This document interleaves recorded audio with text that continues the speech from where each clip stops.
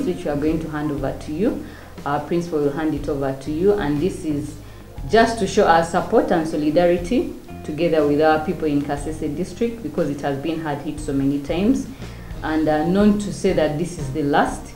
We are still mobilizing, and we shall still get back to you on what kind of mobilization we can bring, because this is not a one-time thing, and given that we are under a lockdown, it's not easy also for them, given all the challenging situations. So we welcome you today, and I want to officially invite our principal. Most has been spoken by our Women League leader. We heard the call from your leadership, Mama, and the least we could do is to reflect your voice to the friends that we have a connection with. So we want, in a very special way, to thank Ugandans here in Uganda and Ugandans abroad for heeding this call. We are just a connection to, between those that can offer some assistance to the people of Kasese. And it is my pleasure to hand over 13.5 million shillings that we collected from friends from Uganda and abroad. And we continue to also encourage other Ugandans to do the little they can do to make sure that our brothers and sisters in Kasese are relieved. So with that, we pray that it gets better, and we stand together with the people of Kasese. Thank you so much, my friend and comrade, Honorable Robert Kyagulanyi, together with the entire team of the People Power Movement. I am lost of words. I really don't know how I can appreciate your leadership. I don't know how I can appreciate the Ugandans here and abroad for their kindness, for the gesture of brotherhood and sisterhood they have exhibited to the suffering people of Kasese. As a mother, when I was moving through the camps, I almost fainted. When I saw the situation the mothers were going through, when I saw a situation where women, men and children are all in a church hall, they are in a classroom, and at one point I saw a woman collapsing, crying, because she had lost virtually everything and she didn't know where to go to. So that's how I carried a basket and made a passionate call to whoever cared to listen and cared to sympathize. And I'm so humbled that today, here at the offices of the People Power Movement, I'm receiving a donation of 13.5 million from the friends in the US. I also received donations from the friends in Canada. I have received contributions and donations from Ugandans of all walks of life. I want to congratulate all Ugandans and thank them heartily for the good heart. There is a Ugandan who sent me 2,000. And he said, Winnie, I saw the basket. I felt touched. I don't have anything. Just have that 2,000. Maybe you may buy a biscuit for a child. There is a police officer who sent me 20,000 and said, Winnie, I'm a police officer. I'm a father. I'm a Ugandan. I know what is happening in Kasese. That 20,000 can change a life. All Ugandans from all walks of life, I want to thank you for the contributions. My friend and honorable colleague, Robert Kyagulanyi, with the team that you're working with the friends that you mobilize, I want to thank you. Muchara Aisha, Ali California, called me in the morning and said, the People Power team in the US and other Ugandans in the diaspora who are not necessarily People Power feel for you. I want to thank everybody. I am humbled, and I want to thank you once again for this gesture of brotherhood, of sisterhood, for the care for humanity. And I know together we shall continue restoring lives. I will deliver the message to the team in Kasese we shall let some of your members be there as we deliver the relief for you to know and for them to be part of this activity. I want to thank you. Thank you very much. At an opportune time, I'm going to give you a letter of appreciation from my office, first to the People Power office, and also to our colleagues in the diaspora who contributed, so that they can know that their support was sincerely appreciated and heartily acknowledged. So Ugandans, I want to thank you. I know, like my colleagues have said, we are still calling upon all people of goodwill.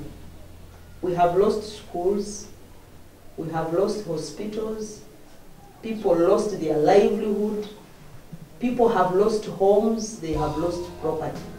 So anything that can go a long way in restoring hope is highly welcome. Thank you so much. Thank you. Thank you very much.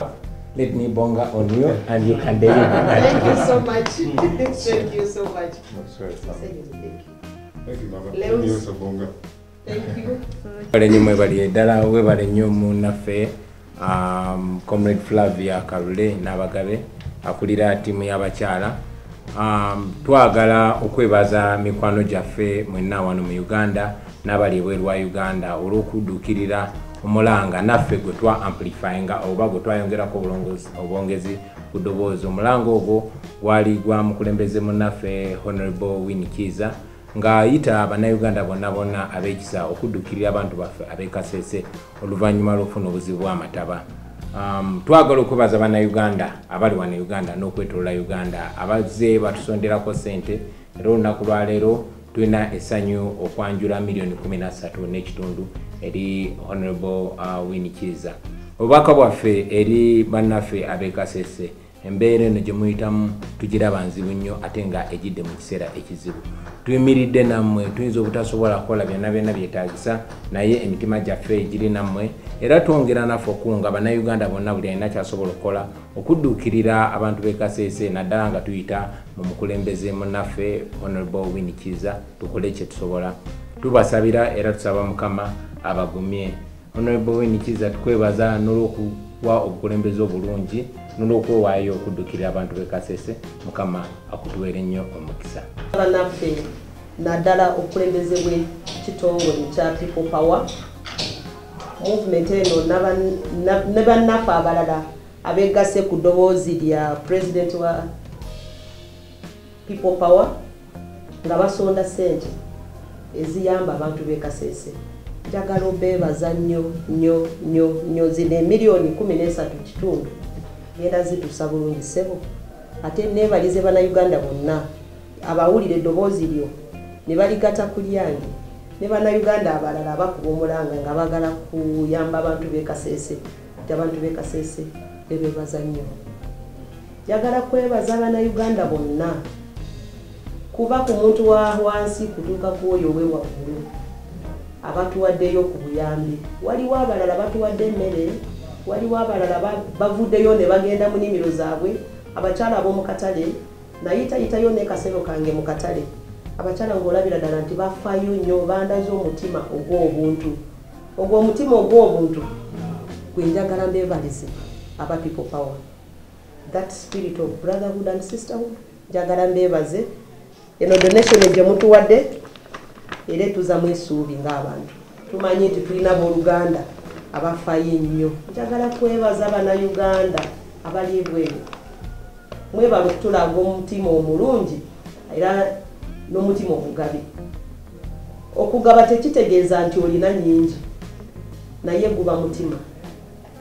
Waliwo oyo Munnayuganda atadde ku ka platform kaffe 10,000 ezo nagamba Winnie nalabye ebizibu ebiri e Kasese ne binuma ennyo, naye nina 2,000 wadde tuli mu lockdown, ezo 2,000 ziyinza kugula bisikuiti w'omwana. Omupoliisi owa Uganda nagamba wadde sirina ssente nange ndi mu bizibu, kwayo $2,000 genda ogula akasooli. Njagala kwebaza buli omu alabye nti kino kimukwatako. Olwaleero Kasese tomanye oluddako luwawubwa. naye ekirungi kiba nti bw'ofuna ekizibu n'olaba abantu nga bakuddukiridde oguma. Njagala kwebaza buli omu, mwebale nnyo aba people power, mwebale okutwagala n'okwagala Uganda yonna. Ng'abantu tulina amasomero gaffe go gaweddewo bw'otuuka wali essomero toyinza kukkiriza nti n'essomero lyaliwoko. Amasomero amataba gagatwala, malwaliro naddala Kirembe hospital yoyeyo si kiwa nti tunaddamu ogamba nti katutereeze. Kyetwetaaga is just lifting it and removing it from there. Kati tukyasaba obuyambi ku bantu bonna naddala Ministry of Health, Government of Uganda, abantu ab'emitima emirungi okulaba nti eddwaliro lyaffe eryo lye libadde limu ku malwaliro ge tulina mu Kasese district erikyafaayo nnyo okulabirira abantu. Kubanga partnership yali omwabaddemu Kirembe Mines Limited, Government of Uganda through the district local government ne Catholic Church. Kati bw'oba ogenda Kirembe badde omanyi nti ogenda mu ddwaliro naye terikyalimu.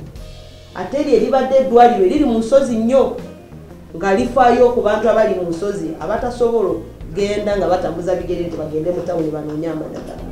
So tusaba abantu abalaba ku nsonga zaffe zetuyitamu bagende mu maaso n'okutulowoozaako n'okutuusa embeera z'abantu baffe ze balimu. Anything can help.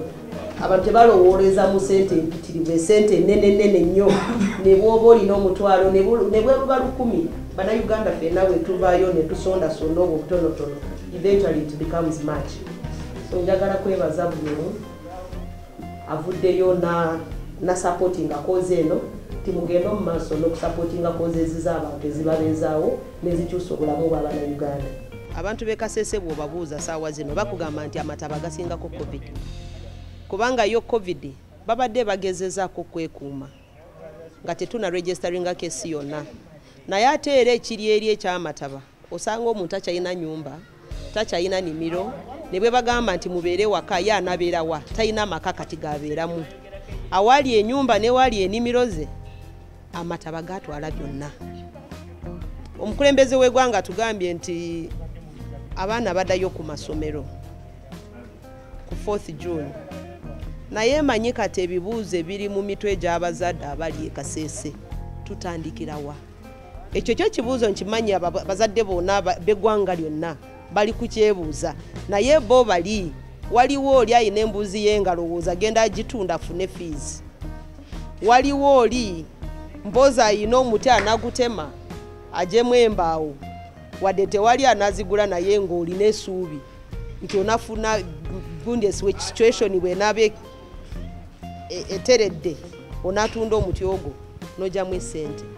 Naye bo bali takyayina yadde kayina konna akateekako ebirowoozo nti ntunda kino nenzijjamu ki nenzijjamu ssente.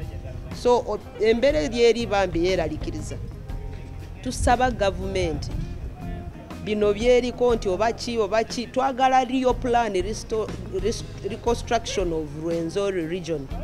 Rio Plan wadde tuyina ministry ya Rwenzori region naye Rwenzori region ministry bagistretchinga nnyo ne bagiwa districts nyingi ze bateeka mu Rwenzori. So the little that there is teekamu ekyenjawulo ekyamaanyi nnyo. Kasubire nti ku luno gundi ministry ya Rwenzori Luweero enakonsentratinga ku nsonga ze Rwenzori tulabe nti abantu baza mu mbeera. Bantu tebalina manyumba. Amasomero wadde bagambye nti abaana bafa ba P7 baddeyo ku masomero. Tulina ng'essomero ly'Ebikone toyinza kutwalayo omwana kubanga lyo essomero terikyaliwo. Essomero ly'e Bulembya tewali isomero. Nibogamba nti abaana bagende batandike okusoma. Kati awo tulina kukola makeshift shelters abaana ze banasomeramu. Yesonga lwaki tuyita gavumenti nti ejje ekole programu ewera balunoonye ssente oba tugenda kwewola twewole. Bwe tuba twewolera ebintu ebitaliimu leero ku luno abantu okubaza mu mbeera bwe tuba twewoze tekiina mutawaana. Tukuba n'omulanga ku bantu bonna ab'emitima emirungi balabe nga bwe bayambako abantu b'e Kasese. Gogana amataba gatumanyidde nnyo. Twafuna amataba agali amabye nnyo mu 2013 ne tulowooza nti bigweredde naye lwakubanga programu gye twali tugambye gavumenti singa yagikolako mpozi tegali badde destructive nga bwegaze ku luno kubanga ku mulundi guno go gayongedde ne gakozinga disaster yamanyi ennyo ate era tulowooza nti singa tebakola biri ebyo twabagamba bakole mapping situation ye Rwenzori bagisome nnyo bakole studies banoonya abakugu mu bintu by'obuwangwa